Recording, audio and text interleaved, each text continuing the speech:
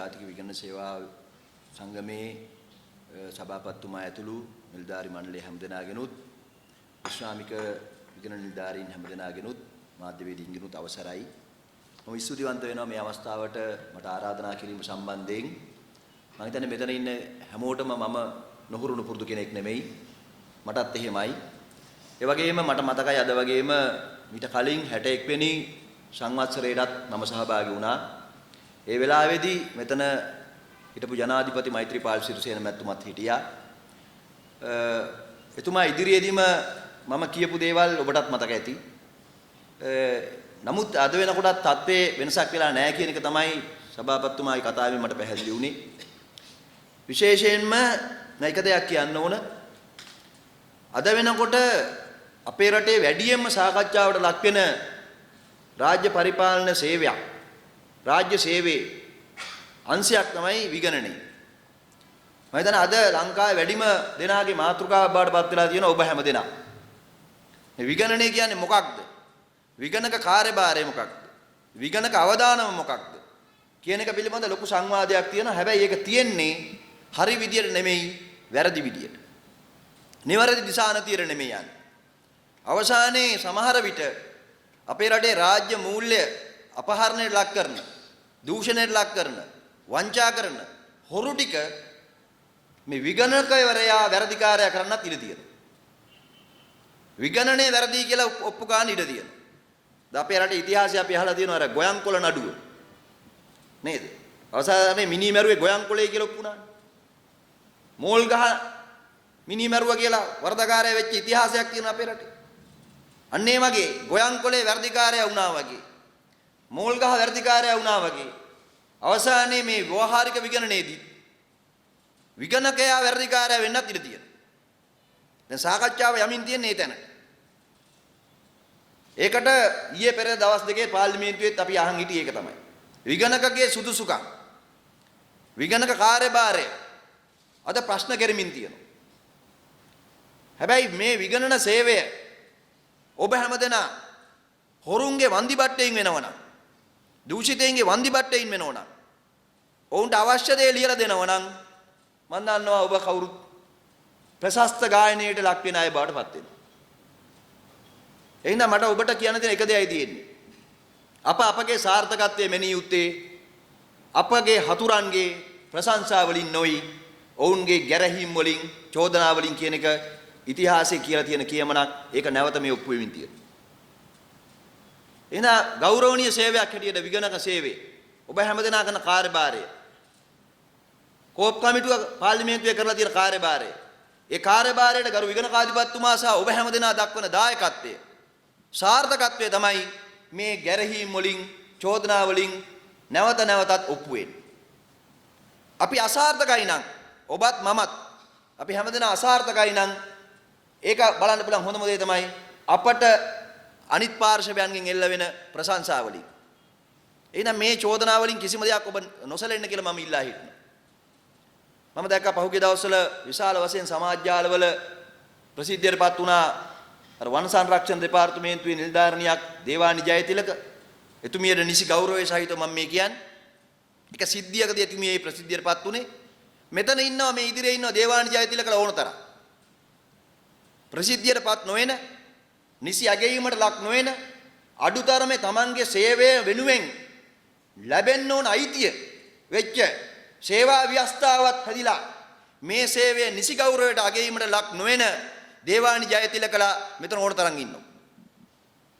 මෙතන ඕන තරම් ඉන්නවා. ඒ අය මම හැමදාම කෝප් කමිටුව ඉස්සරහදී හම්බ වෙනවා. ඒ අය හැමදාම මට හම්බ වෙනවා. නමුත් ඒ අයව ඇගීමට ලක් වෙන්නේ නැහැ. මං දන්නේ ඒ අය ඇගීමට ලක් වෙන්න ඕන අර Facebook එකේ නෙමෙයි. අඩුතරමේ මේ Tamanගේ වෘත්තිය, Tamanගේ සේවය වෙන තැනකට මාරු වෙලා යන නොදී මෙතන රඳව ගන්න. මෙතන පවතින පුළුවන් තත්යකට සේවා ව්‍යවස්ථාව හදලා දෙන්න කියලා රජයට කීපාරක් ඔබ කියලා තියෙනවද? රජයට ඔබ කීපාරක් කියලා තියෙනවද? ජාතික විගණන කොමිසම හදුවට වැඩක් නැහැ. ජාතික විගණන පනත හැදුවට වැඩක් නැහැ. මේ සේවයේ අදාළ අවංක නිලධාරීන් රඳව ගන්න බැරි නම් දැන් මම විගණකාධිපතිතුමාගෙන් දැනගත්ත විදිහට මෙතනට එන අයගෙන් අද 150කට වැඩිය මෙතනින් අවශ්‍ය සුසුකම් යම් ප්‍රමාණයක් අරගෙන නමුත් මේකේ අනාගතයේ අස්ථාවර භාවය නිසා මෙතනින් යනවා. මේ යන හැමෝම මම විශ්වාස කරනවා දේවානි ජයතිලකට තමයි. ඊට වඩා වැඩි අවදානමක් අරගෙන ප්‍රශ්න කිරීම වලට ලක් වෙන අය මම දන්නවා. පහර කෑම වලට ලක් වෙච්ච අය මේ විගණන සේවයේ ඉන්නවා. අපේ ලලිත් අමන්වල මහත්මයා ඒක එක අවස්ථාවක් විතරයි. එක මොහොතක් පමණයි. ජීවිත අවදානම අදක් තියෙනවා. විශේෂයෙන්ම මම විගණකාධිපතිතුමාත් එක්ක සාකච්ඡා කළේ ඒකයි මීට කලින්. දැන් මේ විගණකවරුන්ගේ කාර්යභාරය අවදානමකට ලක් වෙමින් තියෙනවා. ඒ සේවාවෙන් විතරක් නෙමෙයි ජීවිතෙන් පව. මොකද හෙට දවසේ ඔබට තර්ජනය කරලා ඔබගේ හඬපටයක් අරගෙන ඔබ කරන සාකච්ඡාවක් විකෘති කරලා වෙන්න පුළුවන්. ඔබ කරන සාකච්ඡාවක් ඔබ කරන ප්‍රශ්න කිරීමක් විකෘති කරලා ඔබ අපහසුතාවයට පත් කරලා මේ සේවයත් මේ කාර්යභාරයත් අපකීර්තියට ලක් කරන්න බැරි කමක් නැහැ. මම අදත් කියන හෙටත් කියන හැමදාම මම කියපු දේ මොකද්ද? බැඳුම් කර වංචාවේදී අපේ රටේ සිද්ධ වෙච්ච කුප්‍රකටම මූල්‍ය අපරාධය. අද ඒක ඉතිහාසයට යනකොට තව මහා ගනුදෙනු හෙළිදරව් වෙමින් තියෙනවා. තවත් වැඩිකාරයෝ හෙළිදරව් වෙමින් තියෙනවා. එයාගේ තියෙන දූෂිත වලල්ල කොච්චරද ප්‍රබලද කියලා ඔප්පු වෙමින් තියෙනවා. ඒ බැඳුම් කර ජාවාරමේදී മന്ത്രിවරු සල්ලි වලට ගන්න පුළුවන් වුණා. අද ඒ ඔප්පු වෙලා තියෙනවා. මුදල් හුමාරු වෙච්ච විදිය. හැබැයි රාජ්‍ය විගණන සේවයේ එක නිලධාරියෙකුටවත් කෝප් කමිටුවේ මගේ කාර්ය මණ්ඩලයේ එක නිලධාරියෙකුටවත් රුපියලකවත් චෝදනාවක් එල්ල වුණේ නැහැ. ඒ ගෞරවය ඔබ හැමදෙනාම රැක්ක රාජ්‍ය සේවය වෙනුවෙන්. ඒ නිසි ගෞරවයේ හරිනම් ප්‍රණාම තියලා පුද කරන්න ඕන දෙයක්. ඇමතිවරු മന്ത്രിවරු සල්ලි වලට ගන්න පුළුවන් වුණාට මේ විගණන නිලධාරියෙක්ව සල්ලි වලට ගන්න බැරි වුණා කාටවත්. ඒක මොනතරම් ආඩම්බරද? හැබැයි ඒවා කොතනකවත් සාකච්ඡා වුන්නේ නැහැ හරි නිවැරදි විදියට. මම හැමදාමත් කියන එක. මගේ කාර්යාලයේ නිලධාරණියක් හරි මගේ ලේකම්තුමිය හරි අඩුතර මේ කෝප් කමිටු වාර්තා සකස් කරපු විගණකාධිපතිතුමාගේ නිලධාරියෙක් කවුරු හරි එක්කෙනෙක් එක වචනයක් වෙනස් කරගන්න පුළුවන් වුණා නම් ඒ අයට ඒක පුළුවන් කියලා අය විශ්වාස කරා නම් අර മന്ത്രിවරුන්ට ගෙව්වට වඩා වැඩි ගාණක් ගෙවනවා. නැද්ද? മന്ത്രിවරුන්ට ගෙව්වට වඩා වැඩි ගාණක් ගෙවනවා. හැබැයි එතනට අය පෙළඹුන්නේ නැත්තේ මොකද? එහෙම කතා කරලා වැඩක් නැති බව එයා දැනන් හිටියා. එහෙම කතා කරලා වැඩක් නැති බව දැනන් හිටියා. ඉතින් ඔය කාගේ කවුරු සල්ලි වලට ගන්න පුළුවන් වුණත් විගණන සේවය විගණන නිලධාරීන්ව සල්ලි වලට ගන්න බැරි වුණා. අපි දන්නවා ඔබ අතිශය සාමාන්‍ය රාජ්‍ය සේවය නිලධාරීන් හැටියට පෞද්ගලික ජීවිතේ බොහෝ අපහසුතාවයන් මැද්ද ගත කරන අය. ඔය සල්ලි වලට විකුණන മന്ത്രിවරුන්ට වඩා අපහසුතාවයන් ගොඩක් තියෙන අය. මොකද ඔය සල්ලි වලට විකිණිච්ච කට්ටියට සල්ලි තියෙනවා.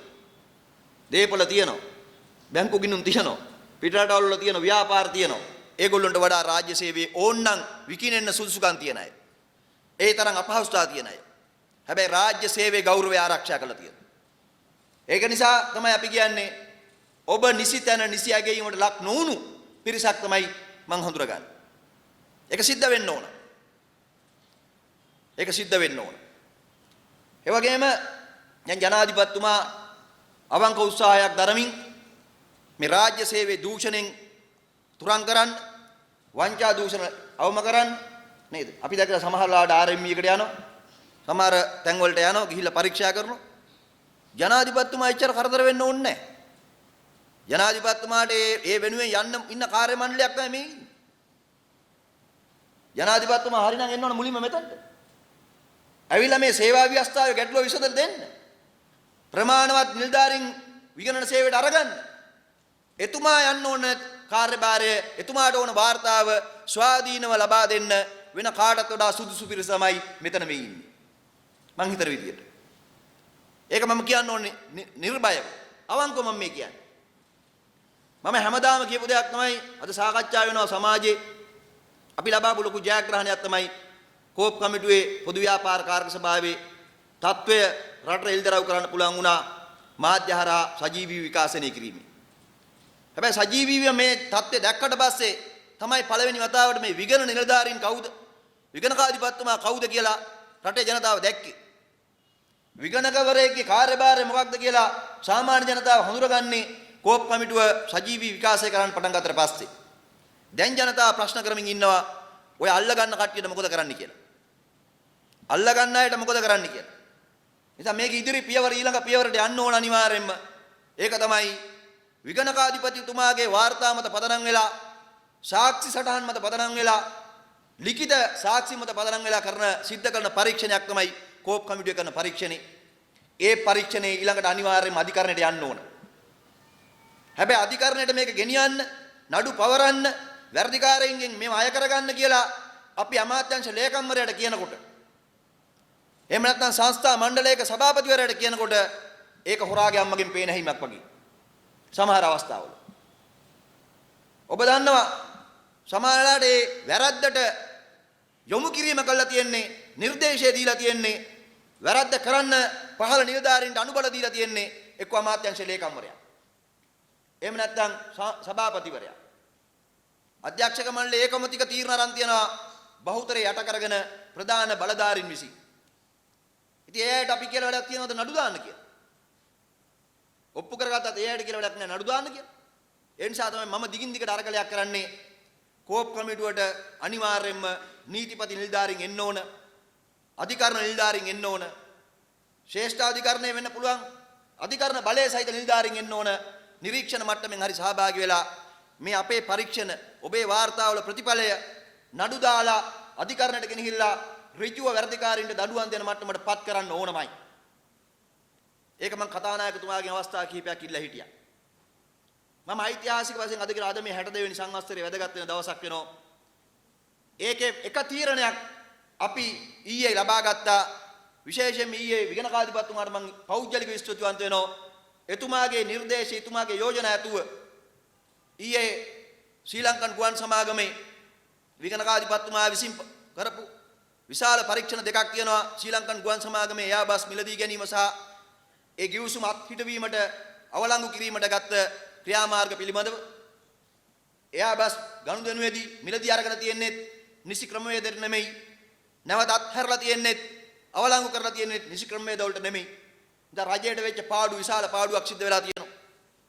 අත්හරින්න විතරක් ඩොලර් මිලියන 115ක් ගෙවලා තියෙනවා. මේ රටේ මහජනතාවගේ බදු මුදල්. නිසා අපිට ඊය පුළුවන් වුණා කෝප් කමිටුව ඍජුව වටේ යන්නේ නැතුව නීතිපතිතුමාට යොමු කරන්න ඒ විගණකාධිපතිතුමාගේ සියලුම සාක්ෂි සටහන් වාර්තා සියල්ල නඩු පවරලා වැඩිකාරයින්ගෙන් දඬුවම් කරලා අය කරගන්න කියලා. ඒක අපි ලබාගත් ජයග්‍රහණයක්. මම හිතන්නේ මෙතනට යන්න ඕන අපි. මෙතනට යන්න නැතුව මේ ගමන යන්න බෑ. ඔබ හැමදෙනාගේම ධෛර්යය, ඔබ හැමදෙනාගේම කැපකිරීම අවසාන ප්‍රතිඵලයක් වෙන්නේ රජයට පාඩු කරපු මුදල රුපියලක් හරි නැවත රජයට අය කරගන්න සමත් වුණොත් විතරයි. ඒක තමයි ඇත්ත දේ. ඒ නිසා විශේෂයෙන් මේ ගැන මම විගණකාධිපතිතුමාටත් විගණන නිලධාරීන්ටත් ඒ ප්‍රයත්නයට දායක වෙන හැම දෙනාටම මම ස්තුතිවන්ත වෙනවා. මේ රටේ මහ ජනතාවගේ මුදල් රටේ ජනතාවට වග කියන්න ඕන අපි කවුරු. ඔබ රාජ්‍ය සේවයේ නිලධාරීන් හැටියට එක රුපියලක් හරි පඩි අර ගන්නව නම් ඒ පඩියට සාධාරණත්වය ඉෂ්ට කරන්න ඔබ කොච්චර වෙහෙස මහන්සි වෙනවද කියලා මම පුජ්‍යලිකව දන්නවා. ඒ වගේම තමයි අපි දේශපාලනයට ඇවිල්ලා ඉන්නේ මහජන සේවයක් කරන්න නම් ඒ මහ ජනතාව අපට වාහනයක් දීලා, නිල නිවාසයක් දීලා, වරප්‍රසාද දීලා, දුරකථන බිල ගෙවලා, ලයිට් බිල ගෙවලා, අපට පඩියක් දීමනාවක් දීලා අපි එතනටපත් කරලා තියෙන්නේ මහ ජනතාවගේ බදු මුදල් වලට සාධාරණ ඉෂ්ට කරන්න. ඒක කරන්න බැරි නම් අපේ සේවයෙන් වැඩක් නැහැ. අපි සේවයක් නෙමෙයි කරන්නේ, අපරාධයක් කරන්නේ. ඔබත් මමත් අපි කවුරුත් එහෙමයි. දැන් මේක අපරාධයක් නොකර මහජන සේවයක් බවට පත් කරන්න ඕන අපේ සේවය. ඒ කාර්යභාරය අපි කරන්න ඕන. මම මේ විශේෂයෙන්ම මතක් කරන්න ඕන අද ව්‍යවහාරික විගණනයක් සිද්ධ වුණා මහ බැංකුව පිළිබඳව. ඒකේ ආරම්භය සිද්ධ වුණේ විගණකාධිපතිතුමාගෙන්. ඒකේ ආරම්භය සිද්ධ වුණේ විගණන දෙපාර්තමේන්තුවේ. මොකද මේ මහ බැංකු මැදුම් කර මංකොල්ලය විෂයබද්ධ කාරණාවක්. මම මේක හැමදාම කියන්නේ දැනුම පාවිච්චි කරලා, බලය පාවිච්චි කරලා, තමන්ගේ ඥාතීත්වයේ බැඳීම් පාවිච්චි කරලා මහ බැංකුවේ තිබිච්ච රහසිගත තොරතුරු එළියට ගෙනහිල්ලා ඒවා සුදු කරපටි අපරාධ බවට පත් කරන්න යොදාගත් අවස්ථාවක් තමයි මහ බැංකු බැඳුම් කරේ කියන්නේ. මේ බැඳුම් කරේ කියන එක සාමාන්‍ය ජනතාව දන්නේ නැහැ. මේ විෂයක් හැටියට ඉගෙන ගත්ත අය මේක අර හැරෙන්න අනිත් අය දන්නේ නැහැ. රජයට ණය සපයන ක්‍රමයක් උනාට අපි ඉගෙන ගත්තට මේ රජයට ණය සපයන ක්‍රමයෙන් අර්ථ සාධක අරමුදල මංකොල්ල කන්න පුළුවන් කියලා කවුද දන්නේ? ඒක දන්නේ ටික දෙනයි. ඒක දන්නව අපරාධකාරයෝ පිරිස. ඒ මංකොල්ල කාලා තියෙන්නේ කොහොමද කියලා හොයාගන්න දන්නේ කවුද? ඒක දන්නේ ඔබතුමාලා. මේක අපරාධයක්, මේක මංකොල්ලයක්, මේක සාමාන්‍ය ගනුදෙනුවක් නෙමෙයි, මේක වංචාවක්, හොරකමක් කියලා ඉගෙන දන්නේ විගණකවරු. එතම මේකේ විගණන මතය තමයි වැදගත් වෙන්නේ. අද මහ බැංකු බැඳුම් කර මංකොල්ලේ විගණන මතය තමයි මේ විකෘති කරමින් යන්නේ. මොකද්ද? වංචාවක් සිද්ධ වෙලා නැහැ. මෙතන සිද්ධ වෙලා තියෙන්නේ ගනුදෙනුවක්. ඔකනේ මේ කියන්නේ. 2015 මේක ආරම්භ කරන වෙලාවේ 2015 පෙබරවාරි 27 සිද්ධ වෙච්ච වංචාවක් නෙමෙයි ගනුදෙනුවක් කියන්න. පොළොවේ පස් කෑවේ නැතුව විතරයි. සමහරු කල්පනා කරලා බලන්න. විගණකාධිපතිතුමා අපහසුතාවයට පත් කරලා අර මගේ භාෂාවෙන් කිව්වොත් එම තාප්පෙටම හේතු කරලා පිළිගන්නන්න හැදුවේ නැද්ද? මෙතන සිද්ධ වෙලා තියෙන්නේ අලාභයක් නෙමෙයි අවාසියක් වෙන්න පුළුවන්, වංචාවක් නෙමෙයි මේක ගනුදෙනුවක් වෙන්න පුළුවන් කියලා. එතන එකකින් තර්කය හැදුවේ කොහොමද? වාසි අවාසි දෙකම වෙනවා. බැඳුම් කර වෙළඳ පොලේදී වාසි අවාසි දෙකම වෙනවා. කොහොමද මේ ඉලක්කම මෙච්චරයි කියලා කියන්නේ කියලා. ඔකනේ තර්කය. දැන් ඒකම නේද නැවත වතාවක් මේ ව්‍යවහාරික විගණනය සම්බන්ධයෙන් සාකච්ඡාව වෙවිලා තියෙන්නේ. නේ අපෙන් අහනවා දැන් ඔබෙන් අහනවා. රජයට මෙච්චර පාඩු වුණා නම් ලාභ වුණ එක ගැන හොයන්නේ නැත්තේ ඇයි කියලා. ලාභ ගිණුම මේක බලා ගන්න පුළුවන්. කාර්ය සාධනයක් බලලා අගීමක් කරගෙන ඒක හොයා ගන්න පුළුවන්. ඔබ කවුරුත් ඉන්නේ මේ ලාභ වෙච්ච කට්ටියට මල් මාලා දාන්නද? කෝප් කමිටුව විගණකවරු ඉන්නේ ලාභ හොයපු කට්ටියට මල් මාලා දාගන්නද? ඒක ඒගොල්ලෝ කරන දෙයක්. විගණකවරයාගේ කාර්යභාරය බැඳුම් කර සම්බන්ධයෙන් මම විශ්වාස කරන්නේ බැඳුම් කර නිකුත් කිරීමෙන් මහ බැංකුවට අවම අවාසියක් මිනිමම් ලොස් අවම අවාසියක් සිද්ධ වෙන ආකාරයට ඒක කරන්න පුළුවන් වුණාද බැරිද? ඒ සම්බන්ධ තීන්දුව తీරන ගනිද්දී අවම අවාසියක් සිද්ධ වෙන ආකාරය ඉක්මවලා අවාසි සිද්ධ වෙන ආකාරයට වැඩි පිරිවැයක් මහ බැංකුවට සිද්ධ වෙන ආකාරයට ඒ ගනුදෙනු සිද්ධ කළා නම් ඒකට බලපාපු ඥාතිත්වයේ බැඳීම් තිබ්බද? වෙනත් බැඳීම් තිබ්බද? වෙනත් හේතු තිබ්බද කියලා එක නෙමෙයිද විගණක හොයන්නේ? ඒක නෙමෙයිද හොයන්නේ? විගණකගේ කාර්යභාරය ලාභ ගැන හැවීම නෙමෙයි. මං විශ්වාස කරන්නේ විගණකගේ කාර්යභාරය පාඩුව අවම කරන්න බැරි වීම ගැන හොයන එක. පාඩු වෙන්න පුළුවන්. පාඩුව අවම කරන්න තිබිච්ච විකල්ප අවස්ථා තෝරා නොගැනීම ගැන හොයන එක. කාර්ය සාධනය රජයේ බදු මුදල් වලට ඇයි මේ හානිය සිද්ධ කරන්න මැදිහත් උනේ කියන එක. මම දන්නවා ඔබතුමාලා මට වඩා මේ ගැන විශේෂ ගැන දන්න අය. මම මේක කියන්නේ මේ විකෘති කිරීම නිවැරදි කරන්න ඕන. මේ විකෘති කිරීමෙන් කරන හානිය නිවැරදි කරන්න ඕන. ඒක කරන්න පුළුවන්කම තියෙන්නේ ඔබට විතරමයි. සාමාන්‍ය සමාජයේ මේක තේරුම් අරගන්නේ විගණ කලත් මොකක් හරි ගහලත් දන්නේ නැහැ කියලා. ඔකනේ ඇත්තද? ව්‍යවස්ථාව අනුවම මුදල් අමාත්‍යවරයාට වෙන්න පුළුවන්, විශේෂ භාර අමාත්‍යවරයෙකුට වෙන්න පුළුවන්. විගණකාධිපතිතුමාගේ මතය විමසලා විගණකාධිපතිවරයා විමසලා පෞද්ගලික විගණනයන් කරන අවස්ථාවක් තියෙනවා. රටේ පෞද්ගලික විගණකවරු ඉන්නවා. පෞද්ගලික විගණන සමාගම් ඉන්නවා. අද මේ විගණන සමාගම් වල සුදුසුකම් අරගෙන පහර දෙන්න පටන් අරන් තියෙනවා. හෙට මම කියන්නේ රාජ්‍ය සේවයේදීත් අද මේ පෞද්ගලික විගණන සමාගම් වලට පහර දෙනා වගේම හොරු මංකොල්ලකාරයෝ ඔබටත් පහර දෙන්නිනවා. මතක තියාගන්න. හෙට ඔබෙත් සුදුසුකම් හොයන්න එනවා. හෙට ඔබෙත් ඥාතිත්වයන් හොයන්න එනවා. හෙට ඔබ රාජ්‍ය සේවය විගණනයක් කරොත් එහෙම මේ විගණකගේ තාත්තා UMPද අම්මා ශ්‍රී ලංකාද JVP එකට සම්බන්ධයක් තිබ්බද? ඕව හොයන්නේ නැද්ද? ඒ හොයලා වැඩක් නැහැ. බලන්න ඕන විගණක විසින් විගණකාධිපතිතුමා විසින් විගණන සමාගම විසින් ඉදිරිපත් කළ තියෙන කරුණු වල අන්තර්ගතය හරිද වැරදිද? අද ව්‍යවහාරික විගණනය ගැනත් මහ බැංකුවේ මේ අන්තර්ගතය ගැන කවුරුත් මුකුත් කියන්නේ. අන්තර්ගතය ගැන කවුරුත් මුකුත් කියන්නේ. මේක අඩංගුව ගැන කවුරුත් කතා කරන්නේ. මේක පිටකවර ගැන කතා කරනවා. කාබු බීපුවා කතා කරනවා. සමහරු ඉතා විහිළු සහගත දේවල් කියනවා. මේ විගණකවරු ගිහිල්ලා ඉඳලා තියෙන්නේ මහ බැංකුවේ බිල්ඩින් එකේමයි. කාලා තියෙන්නේ මහ බැංකුවේ කැන්ටින් එකේමලු. ඉතින් මං අහන ඔබෙන් ඔබ වෘත්තීය විගණකවරු රාජ්‍ය සේවයේ ඔබ විගණනයක් කරද්දී යම් ආයතනයකට විදුලි බල මණ්ඩලයේ තෙල් සංස්ථාවේ කොහේ හරි තැන ගිහිල්ලා මහපාරේ ඉඳගෙන විගණනය කරනවාද? ඔබ ගිහිල්ලා නතර වෙන්නේ ආයතනේ තමයි. ඔබට ඒ ආයතනයේ පහසුකම් සැපයීමේ ආයතනයේ රාජකාරියක්. ඔබ අවශ්‍ය ලියකියවිල්ලක් ලබා දීම ඒ ආයතනයේ රාජකාරියක්.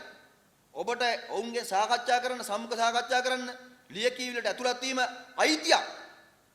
අද ඒ අයිතියත් විහිළුවට ලක් කරමින් ප්‍රශ්න කරනවා කවුරුත් නෙමෙයි. ඒ ගැන සුදුසුකම් තියෙන. ඒකයි වැඩේ. ඒවා ගැන දන්න විෂය දන්න ඉගෙන ගත්තෝ. අනිත් අයට උගන්වපු වෘත්තීය වේදී. අනිත් අයට මේ විගණනය ගැන උගන්වපු වෘත්තීය වේදීන්ම අද විගණක කාර්යභාරය හැල්ලුවට ලක් කරන ආකාරය අපට පේනවා. මට පේනවා. මම තාම කනගාටු වෙනවා මේ ගැන. මේක වෙන මොකක්වත් නෙමෙයි. දැනුමෙන් අපරාධ කිරීම. දැනුමෙන් තනතුරෙන් උගත්කමින් අපරාධ කරන්නේ එහෙමයි. අන්න ඒ නිසා මේක නිවැරදි කරන්න ඕන. මේක නිවැරදි කරන්න ඕන. මේ විගණකගේ කාර්යභාරයට විගණකගේ අවදානමට එරෙහිව සිද්ධ කරන අපරාධයට එරෙහිව සමාජ මතයක් හැදෙන්න ඕන. ජනමාධ්‍ය මේ වෙනුවෙන් කතා කරන්න ඕන. ඉගෙනගත්ත මිනිස්සු මේ වෙනුවෙන් කතා කරන්න ඕන. වරලත් ජනකාධිකාරී ආයතනයේ දවසක් හරි හෙවණට හරි කියපු කෙනෙක් ඉන්නවනම් මම කියන්නේ මේ විගණකාධිපතිවරයාගේ කාර්යභාරයට විගණනයට එරෙහිව සිද්ධ කරන ප්‍රහාරයට එරෙහිව හඬක් නගන්න ඕන.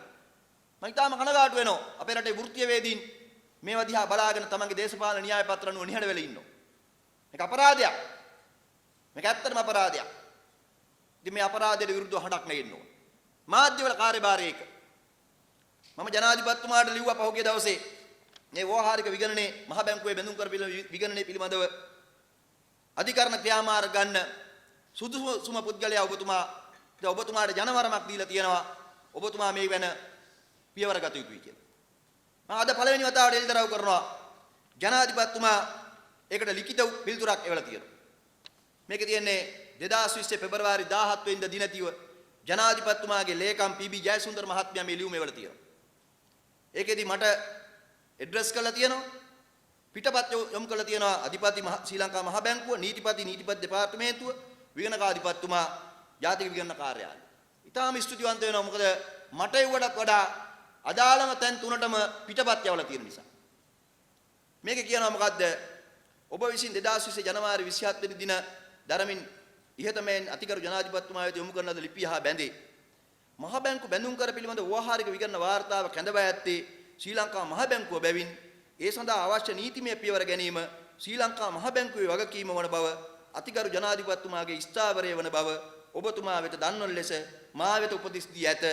මෙයට විශ්වාසී පී.බී. ජයසුන්දර ජනාධිපති ලේකම්. බොහොම ස්තුතියි. දැන් මේ කියන්නේ මොකක්ද?